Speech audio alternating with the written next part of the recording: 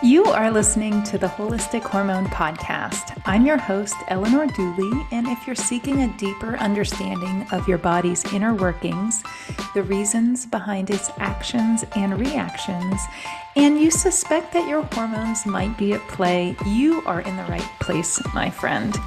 As a functional medicine nutritionist specializing in holistic hormone health for women, I bring together the latest research, my clinical expertise, and my own personal experiences to create a safe space for you to learn and explore. Just remember, this podcast provides information and inspiration for you, not medical diagnoses or treatments. Always consult your own doctor before making any changes. Now, are you ready to dive in? Let's get started. Hello, welcome to the Holistic Hormone Podcast. I'm Eleanor Dooley, your holistic hormone specialist, and today we're going to talk a little bit about spring allergies and how this time of year, pretty much no matter where you live in the United States, you're experiencing a transition in the air and how that translates to how you feel, your energy, and your hormones. So stick around and let's get started. So spring allergies can be challenging because everything is in bloom and you are starting to get more sunlight in the mornings and stay up a little bit later in the evenings or stay out of the house, a little bit longer to enjoy the sunshine.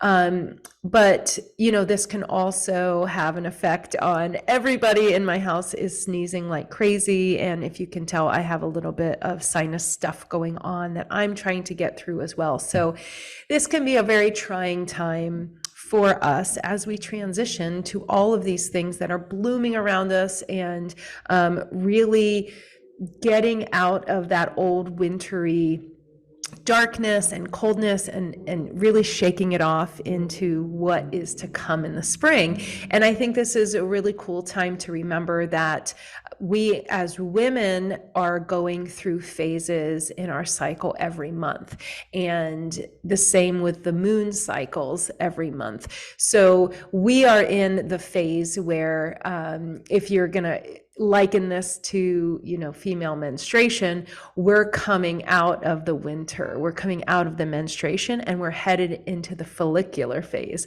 So that means all of the follicles in our body are starting to get stimulated.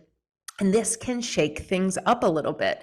And in our everyday world, walking around, you see the trees are starting to get buds on them. People are starting to cut grass again and, clean up any of that old, crusty, dusty leaves and stuff that's carried over from the winter. And that can stir up a lot of stuff in the air, a lot of dust. And this is when people start getting interested in spring cleaning. I know I just cleaned out and reorganized my closet, which felt really amazing. And I opened up a new practice. So things are budding in this spring energy, and I'm really trying to align my body with it and not get ahead of myself, because usually this is the time of year where I start getting back to the gym. I start getting up early and reestablishing my morning routine that is different from the one that I had starting October, November, when things starting that were really dark and, the mornings were, it took longer to get started. So this is sort of the transition phase. I'm not quite there yet because the time change hasn't quite happened, depending on when you're listening to this, but we are approaching that. And that transition phase can be a little bit murky for people because, you're shaking off the old, but you're trying some new things, and maybe the new things don't feel quite aligned just yet. So here are a couple tips that I use in my life to help with the allergies that sort of shake up the dust and, can be applied in different areas of our life. I always liken allergies to gut health, because people come into my practice and they say, oh, I want to get allergy testing. I want to know the things that I can be around and the things I can't be around.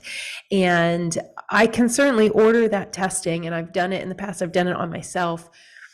But what I want to offer to you instead of getting a list of things that irritate your body, wouldn't it be more useful to spend that energy, whether it's financial energy, whether it's time, whether it's like reorganizing, parts of your life?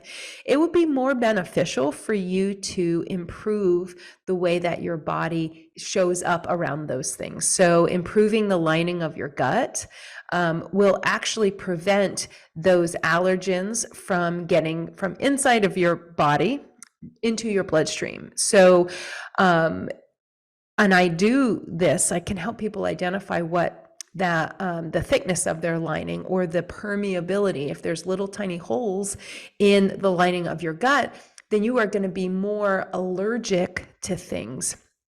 And just like in the spring, when we breathe new things in, it's getting pulled into our lungs, and then it's getting through the barriers into our bloodstream. And this is what causes inflammation or allergic reactions. So, promoting gut health and, talking to somebody like me about what kind of probiotic is going to be more beneficial to me.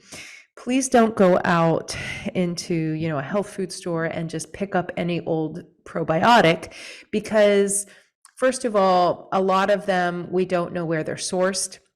We don't know how old they are. I mean, they might have an expiration date on the bottle, but they could have been sitting on the shelves for years. They're sitting in plastic bottles. Maybe they were transported in when it was hot and now it's not. So there's many, many factors. And there's many checks and balances when I recommend supplements for people before they actually take them and put them into their bodies. So please don't go out and just buy a generic one. If you're having other gut or digestional or allergic issues, whether it's to food, whether it's, you're sneezing all the time, sometimes antihistamines, so your Zyrtec or your whatever the generic little green topped bottle, sometimes get it from Target or Walmart, but those are occasionally necessary. Sometimes there is so much going on that you just need to reduce the inflammation in your body and then deal with the problem later. But if you were taking an allergy pill every single day, and like me, I had been told by the doctor that you're just going to have to take it every day for the rest of your life, that didn't really sit well with me because it didn't make sense.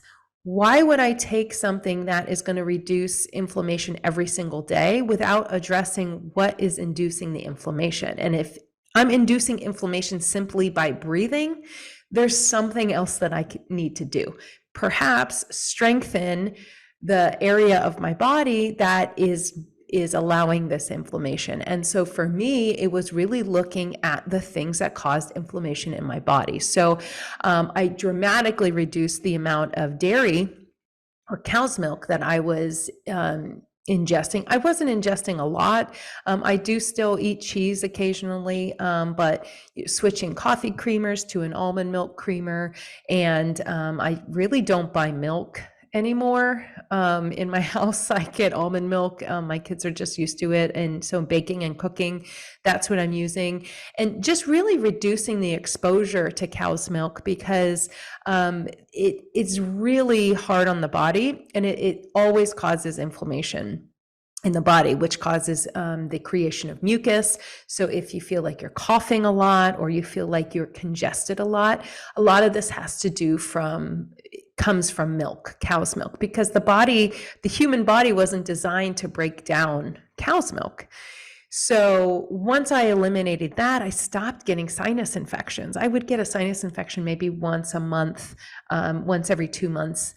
And if I was visiting, my in-laws, or I was out of my normal environment, I would just automatically get one, because the inflammation would become so overwhelming that it would turn into an infection. So that's one thing that you can do, is reduce the things that cause inflammation, but getting to the root source of what is causing the imbalance in the first place. So if by drinking cow's milk, I was weakening my body's response to being able to be around different allergens, things would just pile on top of that. So that was one thing that I was able to do. And I haven't had a sinus infection in maybe 5 years. And that was just one of the things that I did. I started looking into specific probiotics. So like I said, not just getting a generic one, but getting a gut test, looking at the levels of bacteria that I had in my body. Was I being exposed to mold or fungus or parasites or anything that live in the gut that really throws off the lining and the ability for our body to react to different allergens that we breathe or that we eat or drink. So getting gut testing is really beneficial. If you're interested in learning more about that, it is such a better way to approach allergies instead of just getting an allergy test. Because let me tell you, when you get an allergy test, your body's responding to what is going on immediately in that moment. So for example, if it comes up that you can't eat bananas because that's an allergen, it's basically if you had a banana within 30 days, then and your body reacted. So it's not and if you, let's say you didn't eat shrimp and it didn't come up, but it's an allergen for you, it wouldn't show up on the test if you hadn't eaten it within 30 days. So that allergy testing isn't always the most effective at getting to the root source.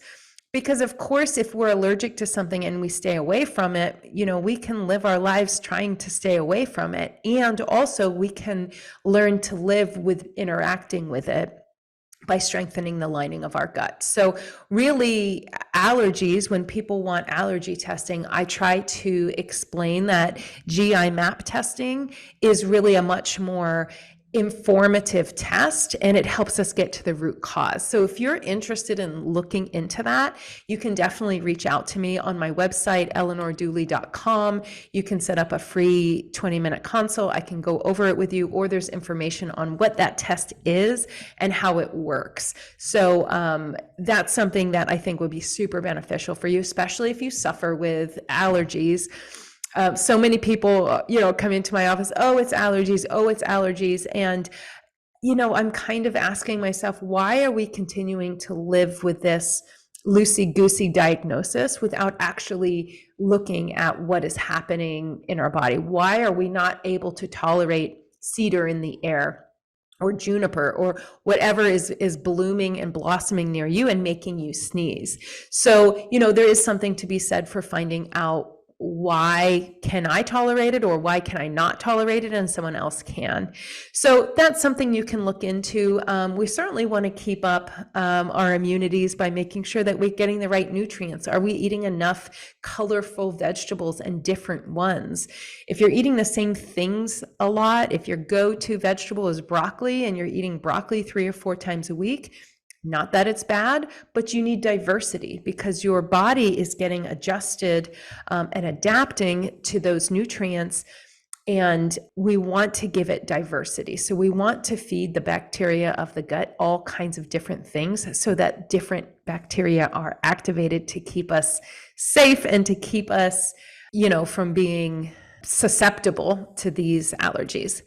So we want to make sure that we're getting our polyphenols. So those are things that are like in green tea.